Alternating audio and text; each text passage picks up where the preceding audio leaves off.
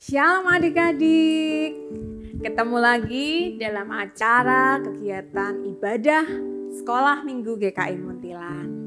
Dan pagi hari ini Ciani gak sendiri, karena Ciani ditemani oleh Bu Mariana.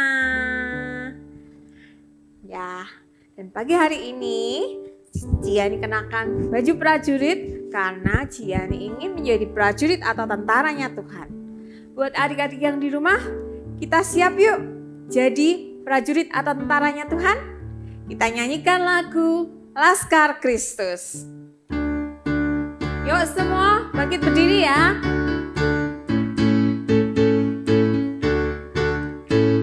Saya bukan pasukan berjalan, pasukan berkuda, pasukan menembak. Saya tidak menembaki musuh, tapi saya Laskar Kristus. Siap gerak, yes. Saya Laskar Kristus. Siap gerak, yes. Saya Laskar Kristus. Siap gerak, yes. Saya bukan pasukan berjalan, pasukan berkuda, pasukan menembak. Saya tidak menembaki musuh, tapi saya Laskar Kristus. Saya bukan pasukan. Saya bukan pasukan berjalan, pasukan berkuda, pasukan menembak. Saya tidak menembaki musuh, tapi saya Laskar Kristus. Siap gerak, yes. Saya Laskar Kristus. Siap gerak, yes. Saya Laskar Kristus. Siap gerak, yes. Saya bukan pasukan berjalan, pasukan berkuda, pasukan menembak. Saya tidak menembaki musuh, tapi saya Laskar Kristus. Siap gerak, yes. Saya Laskar Kristus.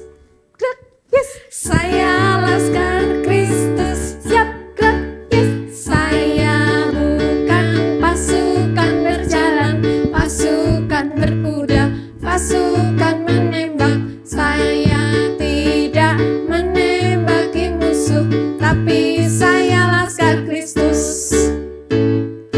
Sip, mantap. Saya melihat Laskar-Laskar Kristus yang siap untuk maju bagi Tuhan. Yuk kita mulai dulu sekolah minggu kita dengan berdoa. Siapkan hati. Mari kita sama-sama datang sama Tuhan. Mari kita berdoa.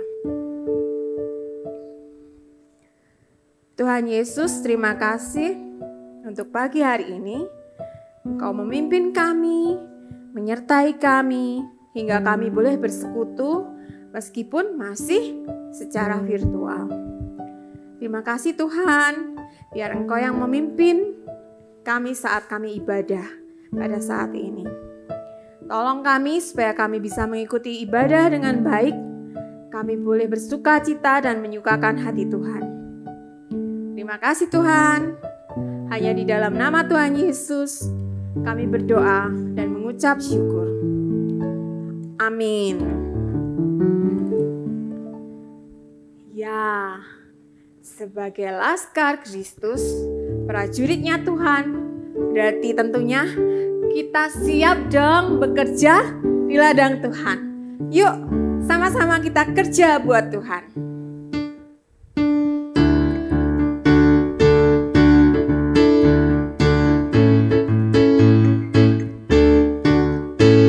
Kerja buat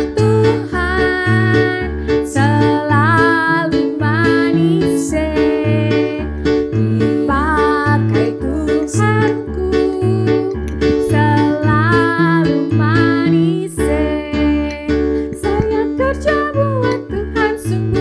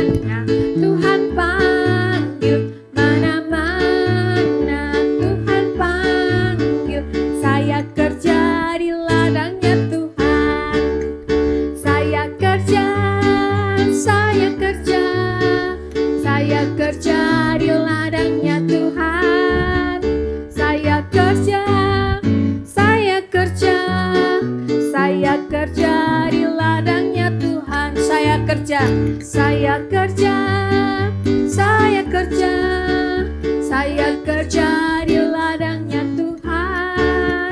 Saya kerja di ladangnya Tuhan. Saya kerja di ladangnya Tuhan. Saya kerja di ladangnya Tuhan. Yeay, kita siap bekerja di ladangnya Tuhan. Nah, tapi sebelum kita kerja lagi di ladangnya Tuhan, kita mau sama-sama siapkan hati kita untuk mendengar firman Tuhan. Kita mau senantiasa percaya dan mengimani, karena kita merasakan bahwa Tuhan Yesus selalu baik buat kita. Tuhan Yesus baik.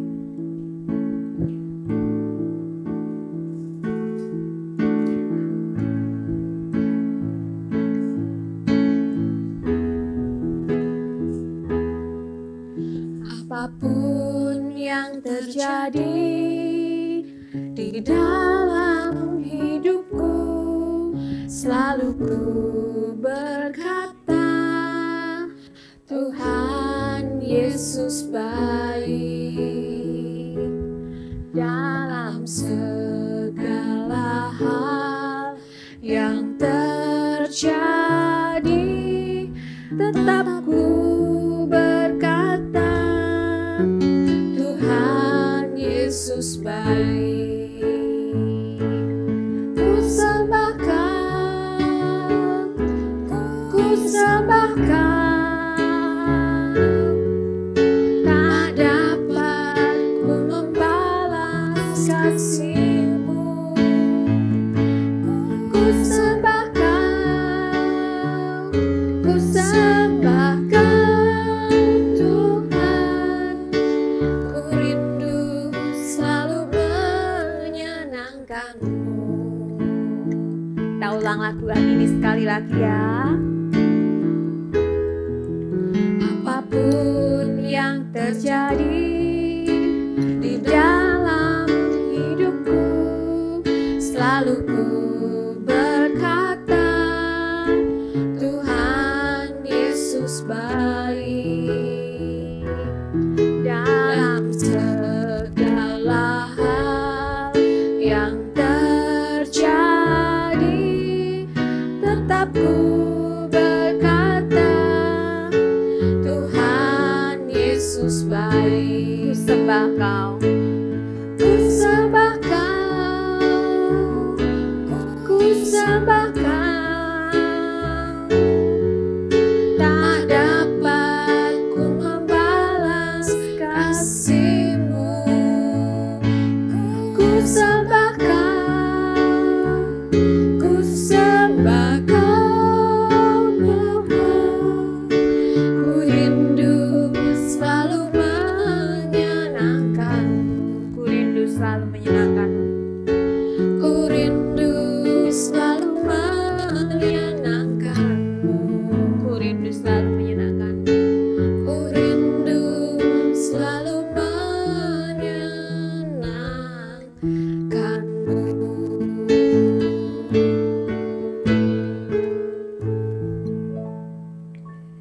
Ya, silahkan Bu Ika. Halo teman-teman, sebelum mendengarkan firman Tuhan, yuk kita berdoa dulu. Tuhan Yesus, sebentar lagi kami akan mendengarkan firman-Mu. Pimpin kami agar kami mendengarkan dengan baik, sehingga kami menjadi anak yang seturut dengan perintah-Mu. Dalam nama Yesus, amin. Selamat mendengarkan teman-teman. Yunus 1 ayat 1-17. Yunus mengingkari panggilan Tuhan. Datanglah firman Tuhan kepada Yunus bin Amintai, demikian, bangunlah, pergilah ke Niniwe, kota yang besar itu, berserulah terhadap mereka, karena kejahatannya telah sampai kepadaku. Tetapi Yunus bersiap untuk melarikan diri ke Tarsis, jauh dari hadapan Tuhan. Ia pergi ke Yafo dan mendapat di sana sebuah kapal yang akan berangkat ke Tarsis. Ia membayar biaya perjalanannya, lalu naik kapal itu untuk berlayar bersama-sama dengan mereka ke Tarsis, jauh dari hadapan Tuhan. Tetapi Tuhan menurunkan angin ribut ke laut, lalu terjadilah badai besar, sehingga kapal itu hampir-hampir terpukul hancur. Awak kapal menjadi takut. Masing-masing berteriak kepada Allahnya, dan mereka membuang ke dalam laut segala muatan kapal itu untuk meringankannya. Tetapi Yunus telah turun ke dalam ruang kapal yang paling bawah dan berbaring di situ, lalu tertidur dengan nyenyak. Datanglah nahkoda mendapatkannya sambil berkata, "Bagaimana mungkin engkau tidur begini nyenyak? Bangunlah, berserulah kepada Allahmu, barangkali Allah itu akan mengindahkan kita, sehingga kita tidak binasa." Lalu berkatalah mereka satu sama lain, "Marilah kita buang undi supaya kita mengetahui karena siapa kita ditimpa oleh malapetaka ini." Mereka membuang undi dan Yunuslah yang kena undi. Berkatalah mereka kepadanya, "Beritahukanlah kepada kami, karena siapa kita ditimpa oleh malapetaka ini. Apa pekerjaanmu dan dari mana engkau datang? Apa negerimu dan dari bangsa manakah engkau?" Sahutnya kepada mereka, "Aku seorang Ibrani, aku takut akan Tuhan, Allah yang mempunyai langit yang telah menjadikan lautan dan daratan." Orang-orang itu menjadi sangat takut, lalu berkata kepadanya, "Apa yang telah kau perbuat?" Sebab orang-orang itu mengetahui bahwa ia melarikan diri jauh dari hadapan Tuhan. Hal itu telah diberitahukannya kepada mereka. Bertanyalah mereka akan kami apa engkau supaya laut menjadi reda dan tidak menyerang kami lagi. Sebab laut semakin bergelora, sahutnya kepada mereka, "Angkatlah aku, campakkanlah aku ke dalam laut, maka laut akan menjadi reda dan tidak menyerang kamu lagi." Ya, selamat pagi anak-anak. Terima kasih Leo yang sudah memimpin kita dalam doa untuk kita mau firman Tuhan. Dan hari ini kita akan membicarakan tentang satu tokoh yang tidak asing, yang tadi sudah dibacakan oleh Mas Andre, bahwa kita akan bicara tentang Yunus. Nah, biasanya kalau kita bicara tentang Yunus, yang dalam pikiran kita adalah Yunus itu orang yang tidak taat. Yunus yang dimakan ikan, dihukum dengan dimakan ikan. Apakah sebatas itu cerita tentang Yunus?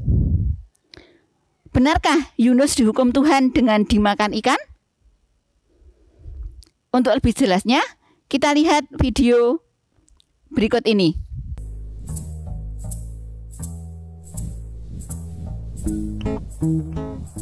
Allah memiliki pekerjaan untuk Yunus, tetapi Yunus sebaliknya tidak menginginkannya. Allah mengutus Yunus untuk pergi ke suatu tempat bernama Niniwe, dan Allah ingin agar Yunus mengatakan bahwa Allah mencintai orang-orang Niniwe. Tetapi Yunus tidak mau melakukannya, karena menurut Yunus orang-orang Niniwe itu jahat dan mereka suka melakukan banyak kejahatan. Allah tahu apa yang dikatakan Yunus itu memang benar. Orang-orang Niniwe telah menjauh dari Allah, tetapi Allah masih sangat mengasihi mereka. Dia ingin memberi mereka permulaan yang baru jika mereka kembali kepada Allah. Ia akan mengampuni dosa mereka yang begitu banyak. Namun Yunus menolak untuk pergi karena pikirnya mereka adalah orang yang jahat yang tidak pantas untuk diampuni. Dalam hatinya, Yunus ingin melarikan diri dari Allah dan pergi sejauh-jauhnya sampai Allah tidak dapat menemukannya. Dengan demikian, ia tidak perlu melakukan apa yang diperintahkan Allah. Itu yang direncanakannya. Tapi tentu saja itu bukan rencana yang baik. Sebab merupakan rencana yang konyol karena dia bisa melarikan diri dari Allah. Tetapi Allah akan selalu dapat mencari dan menemukannya. Meskipun demikian, Yunus tetap melaksanakan rencananya yang tidak baik. Ia tidak membeli tiket ke Niniwe, tapi ke tujuan lain. Perahu yang dinaiki Yunus berlayar ke arah yang sangat berlawanan dengan Niniwe. Nah, Tak lama kemudian angin bertiup kencang, perahu pun mulai terombang-ambing dan semua orang mulai menjadi pucat pasi. Mereka takut. Yunus duduk tegak di tempat tidurnya. Lihatlah, masalah pertama dengan rencana Yunus yang tidak baik itu. Allah mengirimkan badai besar untuk mengejarnya. Para pelaut berteriak ketakutan saat perahu hendak tenggelam. Mereka mulai membuang segala sesuatu ke laut, koper, makanan, apapun yang bisa mereka temukan. Yunus mulai tersadar bahwa badai itu datang karena kesalahannya. Ia meminta para pelaut untuk melemparkannya ke dalam laut agar badai berhenti. Mendengar itu, para pelaut merasa tidak yakin. Yunus bersikeras bahwa itu satu-satunya cara agar mereka bisa selamat. Tak lama setelah Yunus menghantam air, gelombang laut pun menjadi tenang. Angin mereda dan badai berhenti. Saat itu Yunus menganggap semuanya telah berakhir. Dia tahu bahwa dia pasti akan tenggelam. Tetapi Tuhan mengirim seekor ikan besar untuk menyelamatkannya. Ikan tersebut menelan Yunus hidup-hidup dengan sekali telan. Dalam kegelapan yang seperti kuburan itu, dia mencium bau busuk makanan dan merasa rumput laut yang berlendir. Segeralah ia tahu bahwa ia belum mati. Dia berada di dalam perut ikan yang besar. Selama 3 hari penuh Yunus duduk di sana dalam kegelapan. Ia menghabiskan banyak waktu untuk berpikir. Ia mulai menyadari rencananya yang sangat konyol. Dia menyesal karena telah melarikan diri dari Allah. Ia berdoa kepada Allah dan meminta agar Allah mengampuninya. 3 hari kemudian, ikan memuntahkan Yunus ke pantai berpasir.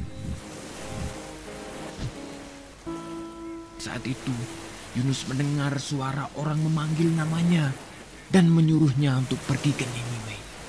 Itu suara Allah. Nah, dari video Yunus tadi, kita bisa melihat bahwa ada satu sisi yang bisa kita petik dari Yunus. Ia dapat diandalkan. Ia orang yang jujur mengakui kesalahannya. Ketika di dalam kapal, ketika ada angin badai tadi, Yunus tidak menyalahkan cuaca, tidak menyalahkan jadwal keberangkatan dari kapal itu, juga tidak menyalahkan ketelitian nahkoda sehingga kapalnya akan tenggelam, atau muatan kapal yang terlalu penuh. Tidak. Tetapi Yunus mengakui kesalahannya. Yunus dengan berbesar hati, dia diandalkan bahwa angin badai yang menimpa kapal kita ini semua gara-gara kesalahanku. Aku yang salah. Tuhan menyuruhku ke Niniwe, tapi aku tidak nurut. Aku malah ke Tarsis. Baiklah, sekarang lemparkan saja aku ke laut. Buktikan, nanti kan badai akan berhenti. Yunus pun dilemparkan ke laut. Dan badai itu berhenti. Orang-orang menjadi heran. Tapi Tuhan baik kepada Yunus. Ketika Yunus sudah berada di tengah-tengah laut, hampir tenggelam, Tuhan menyuruh seekor ikan besar untuk menelan Yunus. Yunus berada dalam perut ikan. Bisa kita bayangkan, amis, jijik, penuh darah. Tapi itu cara Tuhan menyelamatkan Yunus. Dan Yunus tetap hidup di dalam perut ikan. Dan kita lihat apa yang dilakukan Yunus ketika dalam perut ikan. Dia berdoa. Dan karena doa Yunus yang sungguh-sungguh, 3 hari Yunus dalam perut ikan dan dia berdoa, ikan itu memuntahkan Yunus ke darat. Nah, anak-anak, Yunus telah berbuat kesalahan. Tidak menurut kepada Tuhan. Tetapi dia mau mengakui kesalahannya. Kalau anak-anak berbuat salah, akui saja. Misalnya, menumpahkan minum atau makan, tidak sengaja menjatuhkan mainan sehingga mainan itu rusak, akui saja. Ma, Bu, ya ini aku yang menumpahkan, ini aku yang membuat mainanku rusak, minta maaf ya. Nah, sehingga anak-anak bisa diandalkan mengakui kesalahan. Seperti teman-teman kalian, ya, seperti teman-teman kalian yang saat ini juga diandalkan dengan beraktivitas, membuat kolase Yunus di dalam perut ikan, kolase ikan dengan bahan kertas origami. Anak-anak juga bisa menjadi anak yang diandalkan. Silahkan anak-anak untuk berpikir, untuk melakukan sesuatu. Apa yang bisa aku lakukan untuk diandalkan Tuhan? Bisa beraktivitas, melakukan kegiatan seperti tadi disuruh oleh Bapak Ibu guru membuat kolase, dibuat. Tidak usah, nggak mau, capek, belajar di rumah terus. Ayo andalkan Tuhan, andalkan diri sendiri. Akui bahwa kita bisa diandalkan. Mungkin dengan kita melakukan apa yang bisa lakukan, yang itu baik. Yang bisa kita lakukan dan itu baik. Lakukan saja. Sehingga kita bisa menjadi anak-anak yang diandalkan oleh Tuhan, diandalkan orang tua. Yang penting adalah mengandalkan diri sendiri. Amin.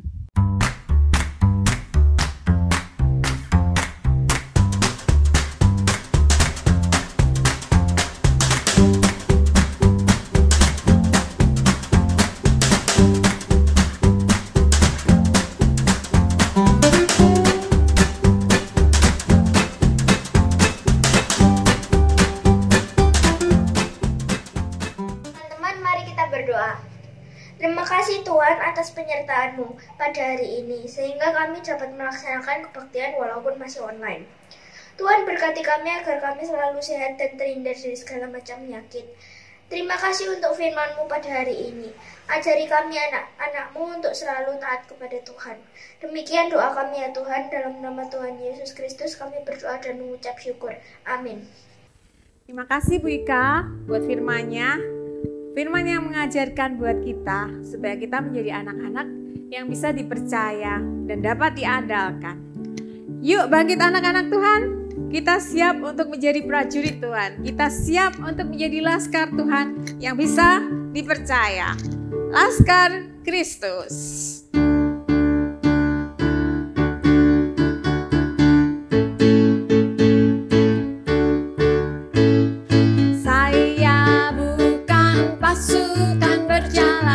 Pasukan berkuda, pasukan menembak. Saya tidak menembaki musuh, tapi saya laskar Kristus. Siap gerak, yes. Saya laskar Kristus. Siap gerak, yes. Saya laskar Kristus. Siap gerak, yes. Saya bukan pasukan berjalan, pasukan berkuda, pasukan menembak. Saya tidak menembaki musuh, tapi saya laskar Kristus. Saya bukan pasukan berjalan, pasukan berkuda, pasukan menembak. Saya tidak menembaki musuh, tapi saya laskar Kristus. Siap gerak, yes. Saya laskar Kristus. Siap gerak, yes. Saya laskar Kristus. Siap gerak, yes. Saya bukan pasukan berjalan, pasukan berkuda, pasukan menembak. Saya tidak menembaki musuh, tapi saya laskar Kristus. Siap gerak, yes. Nah, Sampai jumpa adik-adik. Sampai jumpa di ibadah sekolah minggu depan. Tuhan memberkati.